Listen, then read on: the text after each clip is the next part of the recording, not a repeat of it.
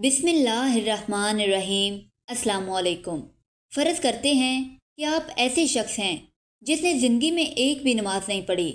اب فرض کا انکار نہیں کرتا مسلمان، گمراہ بھی اس کو نہیں کہا جائے گا چاہے ایک بھی نماز نہیں پڑھی۔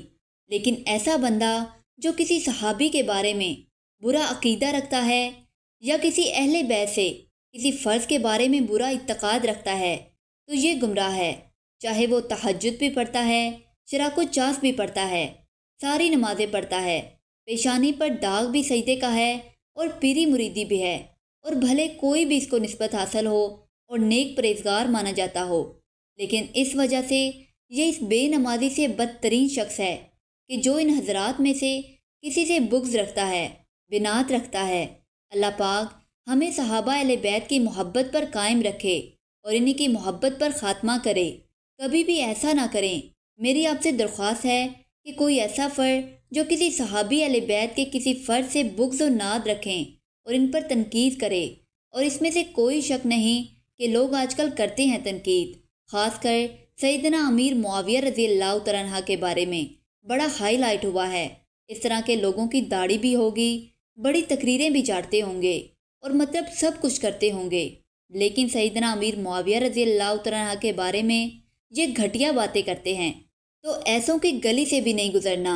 ان کی آواز کان میں پڑ جائے تو کان بند کر لینا کہ خدا نہ کرے صحابہ اہل بیت کی محبت کی شمع جو روشن ہے ہمارے دلوں میں وہ کہیں مدھم نہ پڑ جائے، یا خدا نہ خواستہ کہیں یہ بجھ نہ جائے۔ خطرہ، بہت خطرہ، تو یہ تو بالکل 440 واٹ کا خطرہ ہے، جو تو مثال ہے، یہ تو کروڑوں واٹ کا سمجھو خطرہ ہے۔ ایسے میں تو کبھی ایسوں کے قریب بھی نہیں جانا، بھلے وہ اہل سنت ہی کہلا رہے ہوتے ہیں، ان کے قریب نہیں جانا۔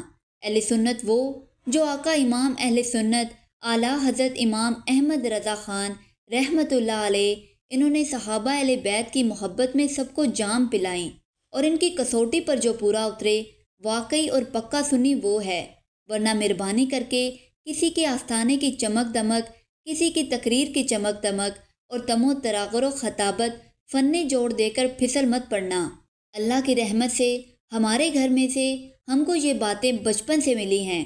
ہم کو بس صحابہ اہل بیت کی محبت چاہیے، اس کے ماننے والے چاہیے، ان کے ماننے والے ہمارے سر کے تاج، اور جو ان کو نہیں مانتے ہمارے پاؤں کی جوتی بننے کے بھی وہ قابل نہیں ہیں۔ خدا کی قسم وہ قابل نہیں ہیں، ہم ننگے پاؤں صحیح ہیں الحمدللہ۔